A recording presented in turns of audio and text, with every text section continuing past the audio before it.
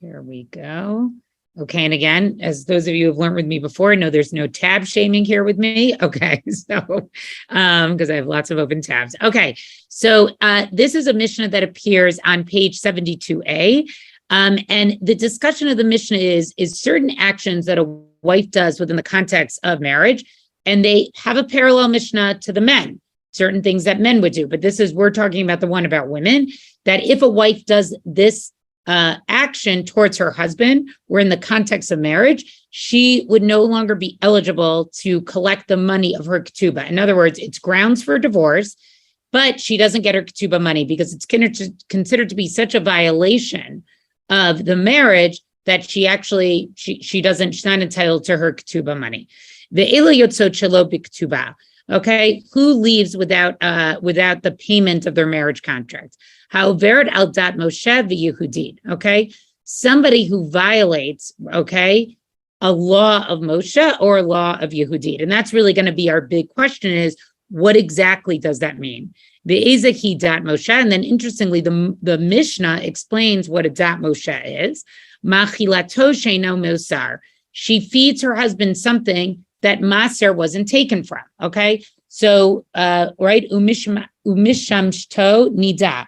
Or what does she do with her husband? She has a sexual relationship with him while she has the status of being a nida, which we know she's also not allowed to do, right? Men and women. Now, again, the Torah definition of menstruation is a little bit different than how it's practiced today, but it was essentially that a woman got her period and waited a period of 7 days. Those of you who are familiar with how family purity law is practiced today, where there's 5 days of bleeding and then 7 days of clean days, that's actually not how it's done in the Torah itself. I just want to make that side point. Below kotzala chala, she doesn't separate the portion of chala. So anytime you made bread, you had to take a portion of the bread to give to the kohen, right, with your dough. We do that today. Today, because we don't have kohanim, we can give it to, right? We burn it in the oven, okay? The noderet ve'ina mekayemet, or she makes a neder and she doesn't fulfill the neder. So if we see this list of dat Moshe, what it's really teaching us is these are all laws that are in the Torah itself, right? What we would call in halachic literature a deoraita, meaning it's from the Torah, and she doesn't do them. And within the context of marriage, she's trusted, right, to make sure that her household, that she and her husband are keeping these particular laws of the Torah. And she does something in secret where she is violating those laws of the Torah, but also causes her husband to violate those laws. And I think we can understand why under that context, the woman would not be allowed to is not entitled to collect her ketubah. It's such a violation, right, that you sort of would have your spouse, violate a law, right, without telling them. So again, the ones that they list here is serving untight food, having a sexual relationship with your spouse when it was a time where you actually were not permitted to each other, not separating challah, and finally making a neder and not upholding it. I'll just check the chat to make sure. Okay, Rob Plass wants to know, what if she cheats on him? Is that as bad as not burning some dough? Yeah. So obviously we're not, cheating would be equally bad. It's interesting. That's not what, why doesn't the Mishnah list adultery? Because the idea is it's specifically not about doing something like that. It's specifically about laws that she was responsible for making sure that he was keeping as well. Okay. And she violated that. Okay. Then the Mishnah goes on to say, Ve'ezoki dat Yehudit, what is considered to be a dat Yehudit? Okay. Yotza v'rosha parua. This is going to be the key phrase for us, right? She goes out of her house and her hair is parua. Okay. Now a big question is going to be, what does the word parua mean? You'll see here that the Sefaria we're using is going to translate it as uncovered, okay? But keep that in mind. V'tova bashuk, she spins wool in a public marketplace. Umidaberdim kol adam, and she speaks with every person, right? Some people translate that as every man, but in other words, these seems to be behaviors that somehow are considered to be immodest or unbecoming for a woman to do. Her hair is not in the way that it should be, that's befitting to a married woman, right? She spins wool, and so the understanding is that maybe when you spin wool, I have never spun wool. Maybe somebody here has, and they can explain to me what they're talking about. But some part of your body is uncovered. Apparently, it's usually like your upper arm is uncovered. And finally, that she sort of, speaks with everybody. Abba Shaul Omer, Afa Mikalelet Yoldav Bifnav. Right. Also, Abba Shaul says, if she were to curse, her husband's parents in his presence. Okay. Rabbi Tarfon Omer Afa Kolanit. Right. Also a kolanit, which literally just translated into a very loud woman.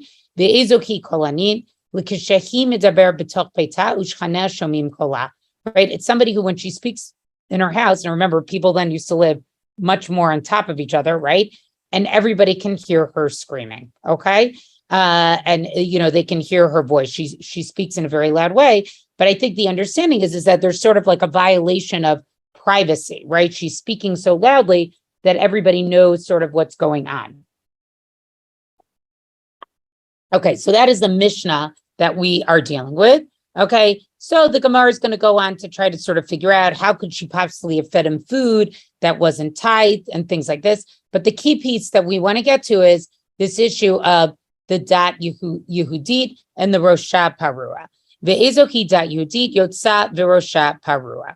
Rosha Parua D'Oraitahi. So the Gemara makes a very interesting comment here, and they said this concept of Rosha Parua, again, which we are translating currently as her head is uncovered, actually is a D'Oraita. It comes from the Torah. It is not a custom. It's not a custom. And so right away, what we're seeing here is that of the halachic categories of Dat Moshe versus Dat Yehudit, is that Dat Moshe seems to be something that is a D'Oraita, as we mentioned before, right? Tithing, Nida, those types of neder, right? A vow, something like that. Whereas Dat Yehudit seems to be more something that's like a custom. It's something that it's a Jewish way of life. And so the first point that the Gemara wants to make here is actually that what? Rosha Paru is not Dat Yehudit. Actually, it's in a D'Oraita category. It probably should be a Dat Moshe. And what's the pasuk that they quote from here? Dichtiv upara et rosh ha'isha. Okay, so where does this come from? This is a very, very famous verse from Numbers, from Bamidbar, chapter 5, verse 18, that comes from the passage of Sota, right, of the suspected adulterous woman. And part of the process that what happens is that she's warned by her husband in front of two witnesses, right? Don't be alone with this man. She's alone, but nobody has proof that they actually had a sexual relationship.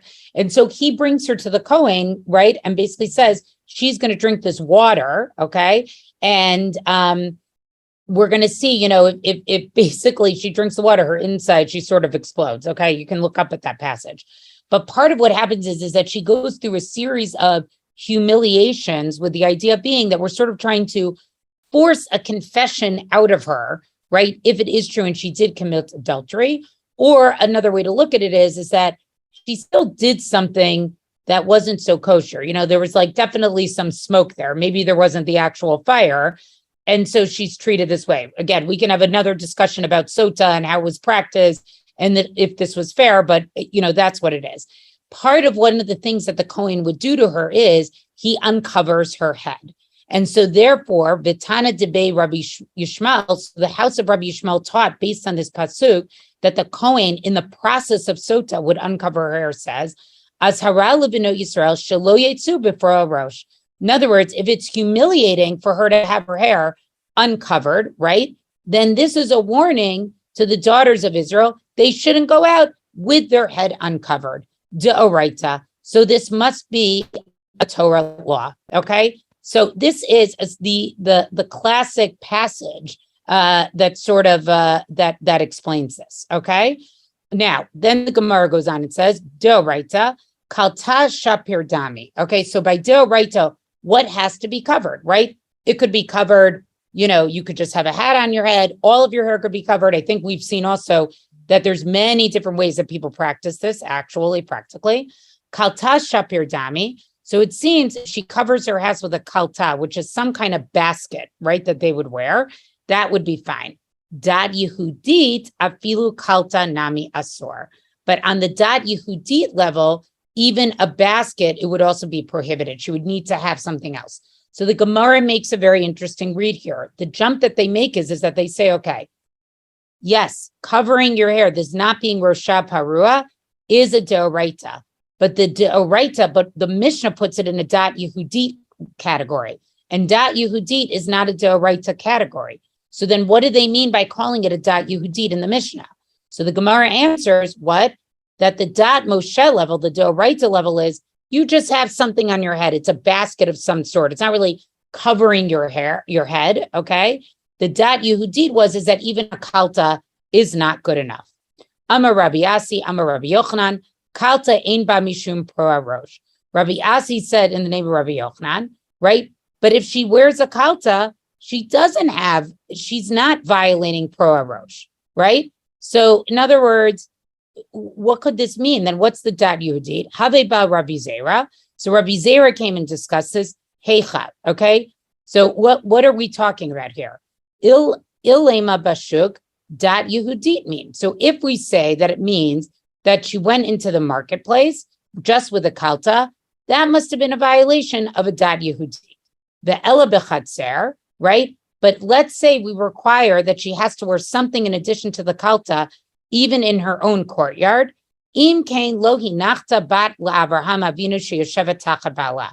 Very, very interesting line to this Gemara, considering how many people practice head covering today. It says that if you enforce this dat Yehudi level in the Chatzer, right, then what? You would not have any daughter of Abraham remain with her husband. In other words, most women were actually not that careful in their Chatzer. So we basically have, three sort of, there's the shuk, right, like a public place, and then there's the Chatzer itself, okay? And some people, based on this passage, also make a differentiation between the Chatzer and the Bayit. And so a lot of the halachic literature of the Rishonim, right, the commentators on the Gemara that comes out of this is what does head covering entail? What does it look like if you're in the shuk, meaning you're in a purely public place, versus a Chatzer, which maybe could be semi-public, we could say, but has some private attachment to the woman, versus in her house itself, okay? Amar Abai v'Tamei Rav Kahana, and Abai said, and some said it was in the name of Kahana, Mechatzer lechatzer v'derech mavoy, right? That what Rabbi Yochanan is talking about when he says this statement, right, that just a kalta itself is not pro arosh by itself, he must be talking about when a woman goes from courtyard to courtyard or to an alleyway. A kalta by itself, according to Rabbi Yochanan, that's the only time that it's okay, is in these smaller public areas, according to Abaye, right? But if she was in a shuk, of course, a kalta by itself would not be okay. So I wanted to go through this because, again, this is a classic halachic text. This is the halachic text where we get all of the discussion, okay? There's one other one which talks about seir be'isha erva, right? That the hair of a woman could be considered to be an erva. Erva literally means sort of a nakedness, but that, in other words, it's not something that people should see. But this is really the classic text that talks about different locations, different practices of how that hair is covered. And most importantly, this very interesting line here, which says that basically if we make too much covering in the Chatzer, right? Lo hinachta bat l'Avraham Avinu sheyoshevet tachat ba'ala. We would not find, right, anyone, a woman who would basically say that seems to be almost too stringent. So before I go ahead to the next passage, okay. Oh, thank you. Somebody put up, My Jewish Learning put up a link here to a Sota article. Okay. So Yoam put here, parua can mean uncomb or not tidy. Correct. Okay. So that is for sure true. And, part of what that's talking about there is that it literally means wild, actually. And that's actually where you would see if you go to like Mea Sharim or to some of these, more very ultra-religious places, that even the young girls walk around with their hair in braids. They won't wear their hair completely down. And some of that is based on this pasuk, that parua literally does not actually mean covered. It means actually for it to be wild. That's actually what the word means. Does anybody know where else that word appears?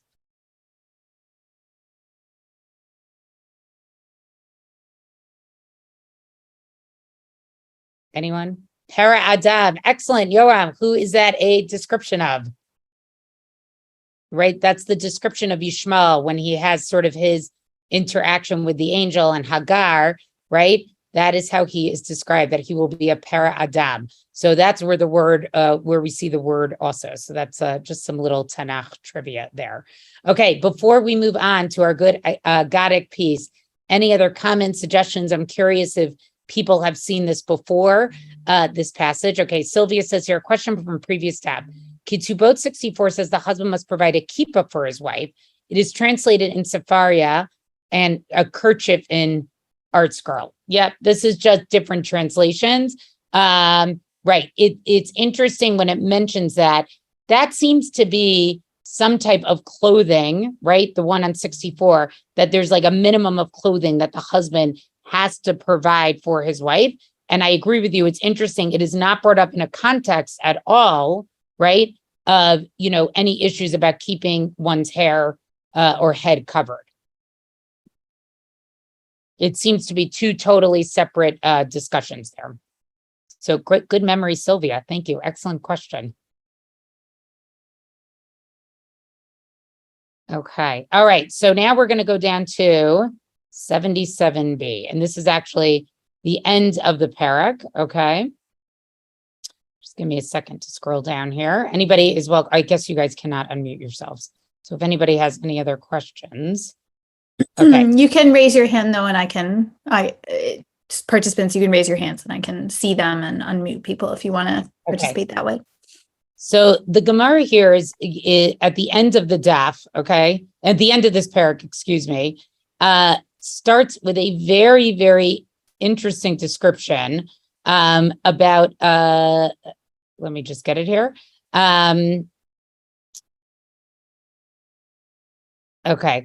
It's a whole discussion here about different types of blemishes that a husband could have that would sort of be a deal breaker, that she would not have to stay married with him. Okay. And we have the following passage. We have an interesting brisa that pops up here. Tanya, Amar Rabbi Yossi. Rabbi Yossi teaches, right? A certain elder from the residents of Yerushalayim told me, there are 24 different types of boils, basically. And the Chachamim say that sexual relations for them is harmful. And the worst one are those who have this disease called ra'atan. So ra'atan it's some type of like very severe skin disease, okay, that also had some other types of symptoms as well. The idea here is that this is a category of disease that these are people who cannot sort of maintain a regular marriage because they cannot have normal sexual relations, okay? Haziku shnehem v'shimshu, right? So the question is sort of, where, how does this work exactly? So haziku shnehem v'shimshu. Okay, let's say somebody had bloodletting and then right afterwards had sex. Havin lo banim ba'alei ratan. Then a child who's produced of such a union will have this disease of ratan. Amara papa lomran ella delo ta'im midei. We only say this if they don't eat afterwards. About ta'im midei leisan ban. But if you eat after the bloodletting, you are okay. Okay. My simena. What are the symptoms of ratan? Dalfane neha. Right. His eyes water. Right. V'davi nichre. His nose runs. Va'atele riviamu pume. He has drool coming out of his mouth. Urimu didve ivale. Okay. And he has flies come on him. Umay asute. And what's the cure for this? Okay. Because in other words, and this is a very interesting thing because it seems to be that there's like insects that get into his head. Ama arbaye, pila veludna, girda de goza, begirda de ashba, ukliom malka. Okay. So what does he say? You take pila and londa, which are type of grasses, and the shell of a nut. Okay. And then you take shavings of hides. You take sort of all these things. Okay. Umatra de dilka sumka. Okay. Also all these different types of things. Okay. And essentially, right, I just want to skip ahead a little bit. You're going to sort of like, you cook them together. Okay. And you want to do it in sort of a shut house. It describes doing it in a marble house. And then you bring the patient into a house with 7 bricks and 1 small bricks. Okay. And then what do you do? You pour 300 cups of water on this person's skull, right? So the idea is, I think, to really soften the skin in some way. Adarfa arite demuche, right? Until the skull is soft. Okay. And then what do? Oh, sorry about this. Hold on. Let me just. Okay. Okay. Vikara lemuche umate arba trafet ase umadli kolchad karya umute vchad vishekel b'sivata v'kalele. Right. And so you're basically going to, this is like neurosurgery in the Talmud. Okay. You basically then tear open the skull, the skin and the skull, you expose the brain, and then you bring myrtle leaves, right? And you're going to very carefully find the insect, lift up the foot of the insect that's on the brain itself, put a leaf under the foot of each insect, and then take it out with tweezers, okay? And then you burn the insect, because if you don't burn it, the insect is going to go back, okay? Very, very sort of bizarre, very, very bizarre passage. And nobody sort of has a good understanding of what disease this actually is. But as a doctor myself, I find the passage about the neurosurgery to be interesting. Okay, this is the part I really wanted to get to. Okay. Machri's Rabbi Yochanan. So Rabbi Yochanan would say, Hazira mizuve shel bale ratan. Be careful of the flies that were on the people with ratan. Rabbi Zera lo have yate bezike. Rabbi Zera would not sit on a spot, right, where somebody with ratan had previously sat. Rabbi Elazar lo ale be'ohale. Rabbi Elazar wouldn't go into a tent with somebody who had ratan. Rabbi Ami v'Rabbi Asi lo have achli mi ba'ed have mebue. Rabbi Ami and Asi would not eat eggs from an alley with somebody who had ratan. So I find this passage to be fascinating because it's sort of like early sort of, it's an understanding of like how disease is actually spread, right? The understanding is that ratan was somehow contagious. And if you did these things or were too close with the person with ratan, I mean, this reminded me a little bit, again, we don't understand what it is, like how people unfortunately treated, remember like in the early 80s, like people who had HIV or AIDS, right? Like you wouldn't go near them at all. And because we really didn't understand, or the public didn't understand that it was really bloodborne. And so this is how I sort of like, this is what this passage reminded me of. And then we get to Rabbi Yeshua ben Levi, Michrach behu v'asek b'Torah.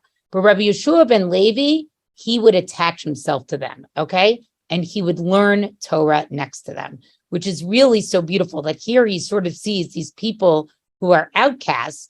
And what does Rabbi Yeshua ben Levi do? All these other rabbis are busy sort of separating themselves. They don't want to be around somebody who's diseased. They're worried about catching it. Rabbi Yeshua ben Levi does something very, very different. He makes himself close to them, right? Look at the language of michrach. It's like, it translates into attach, which is really amazing. Ba'asik b'Torah. And he would learn Torah. He would be busy with Torah over there. Amar, ayelet ahabim v'ayelet chayin. And so here, they quote a pasuk from Mishlei, chapter 5, verse 19. The Torah is a loving hind and a graceful doe. Im chen ma'aleh alamdeha agune la magana. If it gives grace on those who learn it, would it not also protect you from illness? So a beautiful, beautiful passage. I think about how to treat people who are suffering, who are different, who have physical ailments, right? That we have to really be kind to them, and that we have to surround them with the things that we think are good in our life. And Rabbi Yeshua ben Levi, who believed in the goodness of Torah, right? What is his response to seeing these people who suffer? He says, if I really believe that Torah is good, if I really believe that Torah gives me chayin, then my response to this has to be, I want to bestow that chayin on them. And so these are people who need it more than even I do because they're sick. And so therefore I will learn next to them. And then we see them now. We need to talk a little bit about who Rabbi Yeshua ben Levi is. So Rabbi Yeshua ben Levi is an Amora. He's a first generation Amora. He learned with Rabbi Yochanan and Reish Lakish. Remember, Rabbi Yochanan learned with Rabbi Yehuda Hanasi, right? So Rabbi Yehuda Hanasi is the end of the Tanaim. Rabbi Yochanan and Reish Lakish are the beginning of the Amoraim, okay? And Rabbi Yeshua ben Levi is a very holy man. We have many passages about him in the Gemara that talk about him talking with Eliyahu Hanavi.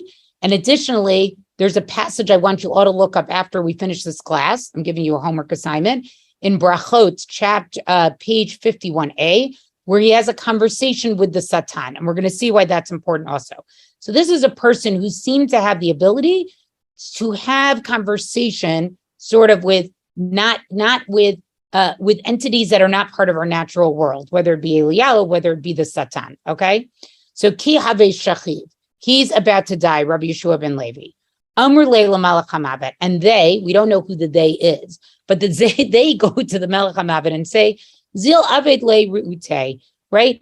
Go and do whatever he wants. In other words, this man is so holy, right? Angel of death, you cannot just come and just kill him, okay? You got to kill him a little bit differently. You need to visit him first and see how he wants to die. Azal Itzchaze Le, okay? So what does he do? He appears before him. Amar Le, Achave Li Duchte. Right? And so Rabbi Yeshua ben Levi says to him, show me my place. I want to see where I'm going to go in the next world. Amar le, right? And so he says to him, he says, L'chei. Okay, good, I'll show you. Amar le, habli saknech, dilma mevatet li beorcha. And so Rabbi Yeshua ben Levi says to the Melech HaMavet, he says, okay, but before I go with you, right? He's not stupid. He says, you need to give me your knife because you may trick me and you may kill me. Okay. Yahave Nile. Okay, so what does he do? He gives him so he gives it to him. Kimata lahadam dalia kama chazele shavar nafalahu gise. And so what happens is when he gets there, he lifts up Rabbi Yeshua ben Levi so he could see it, and he shows it to him. And Rabbi Yeshua ben Levi jumps and falls to the other side. Now, this is an amazing passage because first of all, these are always amazing passages because the question you have to ask about the Gemara is, how did they know this? And so the question when we read these types of Agadic passages is this telling us that this was actual history, that this was factual? Or is this more trying to give us a morality story? So I personally ascribe to that this is trying to teach us more story. I think here some of this is telling us some of the tension around death, how people are scared about death, that even a tzaddik like Rabbi Yeshua ben Levi, even he is somebody who's unsure about what's going to be on the other side. I think it's also a story that explains us sort of the holiness of Rabbi Yeshua ben Levi. Here's a person who is willing to learn with the sufferers of Ratan when all the other rabbis didn't. And so this is what he was merited when he died. And if you read the passage very carefully, does he actually die? Does not seem that he actually dies. He doesn't actually have to suffer the process of death. Instead, he just jumps over to the other side. I mean, what an amazing way to die. Now, before I go on, I just want to check the chat and see if anybody had any. Okay, thank you, Rob, for putting that in there. Okay. All right. So then it goes on to say, Nakte bekarna deglime, right? So the angel death grabs him because this isn't the way that he's supposed to be dying. He grabs him by his cloak. Amarle, he says to him, Beshuvata delo atne. Right. And so Rabbi Yeshua ben Levi says, I will not come with you. In other words, I'm done. I'm on the other side. I am not coming back with you. Amar kucha brichu. And now Hashem gets involved. So God comes and says, I ischel ashvuta nehadar. He said, if we can find that Rabbi Yeshua ben Levi ever had to dissolve an oath that he took, in other words, he took an oath and he needed to make sure to dissolve it, then he must go back. In other words, then he deserves to die the way that people die. Okay, but what ilo lo nahadar? But if not, he does not need to go back. Okay, amar le ha leave sakne. So what happens? Obviously, he didn't have an oath that ever had to be dissolved, and so the angel of death basically says, just at least give me my knife back. Okay, let me at least have my knife back so I can go back to being the angel of death. La haveka yahavle. Okay, and so what does he do? Right. But he didn't want to give it back to him. Okay, Rabbi Yeshua ben Levi doesn't want to give it back to him, and you can understand why. He would be saving everybody in the world from the pain of death from the Melech HaMavet. Nafka bat kala. Okay, and then a bat kol comes out. So a bat kol is very often sort of a literary device that we see in many stories in the Gemara, where sort of another otherworldly voice comes out that tells us something that sort of humans would not be able to observe of the world on their own. That's kind of how I would describe it. V'amrele, and what does the bat kol say? Hav nihile demitabe livrite, right? And she basically says you have to give it back to him because created things have to die. In other words, Rabbi Yeshua ben Levi, you can't undo nature, right? Even though this story seems to be completely outside of nature, right? He has contact with the Melech HaMavet. Even God gets involved. Then there's a black hole, but the black hole is basically coming to make an observation that we would not understand, that basically death is part of the natural world, and the Melech HaMavet must have his knife. In other words, we can't escape death. We can't have that creatures normally escape death. You, Rabbi Yeshua ben Levi, this will be something that you were privileged to experience, but this is not something that other people are going to be privileged to experience. I know that I'm going a little bit over, and I apologize. Machriz Eliyahu Kame, Panu Makom Lebar Levi, Panu Makom Lebar Levi. And then what happens? Eliyahu Navi comes and says, make room, like he greets him. And again, you need to know the context of Rabbi Yeshua ben Levi. There's many stories with him talking with Eliyahu. So Eliyahu is the one who actually greets him. Now, we little bit ran out of time, so I'll just quickly summarize the rest of the story. He gets there and he sees Rabbi Shimon Bar Yochai. So remember, Rabbi Shimon Bar Yochai is a Tana, okay? He's a student of Rabbi Akiva. He's the one who's in a cave for 12 years. And when he writes the Zohar, supposedly, and then when he comes out of the cave, anything he looks at burns to fire, because he was so taken by the fact when he was in the cave, all he did was learn Torah, okay? And his grave is supposed to be in Meron, right? That's where all the Jews go on Lag BaOmer. And so he sees, Rabbi Yeshua ben Levi sees Rabbi Shimon ben Bar Yochai in the other world. He's sitting on 13 gold stools, and they have this discussion about whether or not Rabbi Yeshua ben Levi saw a rainbow in his lifetime. Because the idea being is that if there's a true tzaddik, a true righteous person in any generation, right, then a rainbow will not actually appear, okay? And so Rabbi Yeshua ben Levi says, I did see one, because he didn't want to sort of say like, oh, I never did because I am a tzaddik. So just read the rest of the story. But I think in terms, as we conclude and we start to the new year, and we will be praying for many, many things, hopefully for health and happiness. But I think one of the painful things that we do realize in this passage sort of emphasizes to us is that death is actually part of our natural world, and that we can't be creatures in this world without actually having death. So I think that's a very, very heavy, serious message, but one that's very timely. So I'm wishing everybody a Shana Tova, that all our prayers are answered, that we have many more opportunities to learn together, and that everybody really has a year of health, happiness, and fulfillment. And that we sort of appreciate the way that the world was created for us, even with the things of it that are obviously painful to us as well. Shana Tova. I will stay on and see if there are any other... Okay, also an article about the bat cold. Thank you for adding all these extra articles here. Shana Tova.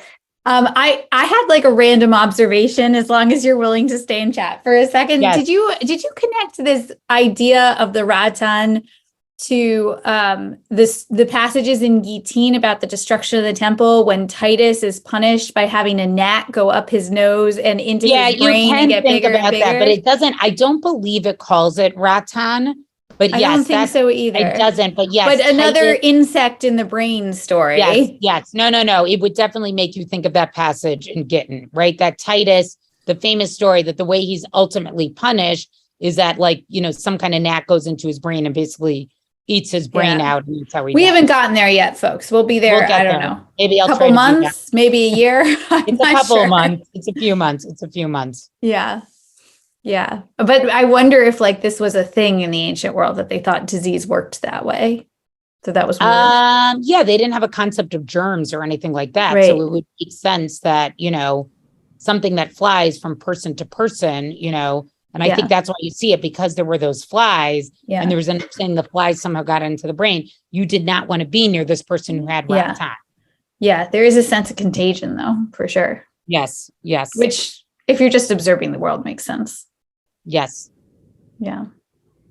Okay. All right. Didn't mean to end us on a weird note like that, Dr. I felt like your wrap up was much more timely. No, thank you. And Rob just mentioned here since you're a medical doctor. Right. But I like what Rob mentions here. The first of Tishrei, of 5783, is the 99th anniversary of Daf Yomi. So next year is 100. Very nice. Thank you. Amazing. It's only been around for 99 years. It's really become such a part of the Jewish people now. All right. Nice. And next Thursday will be our 1000th day in this cycle. Oh, wow. Amazing. Yeah. All right. Thank you, That's everybody. coming up too. Okay. Thank you, everybody. We'll see you very soon. Bye.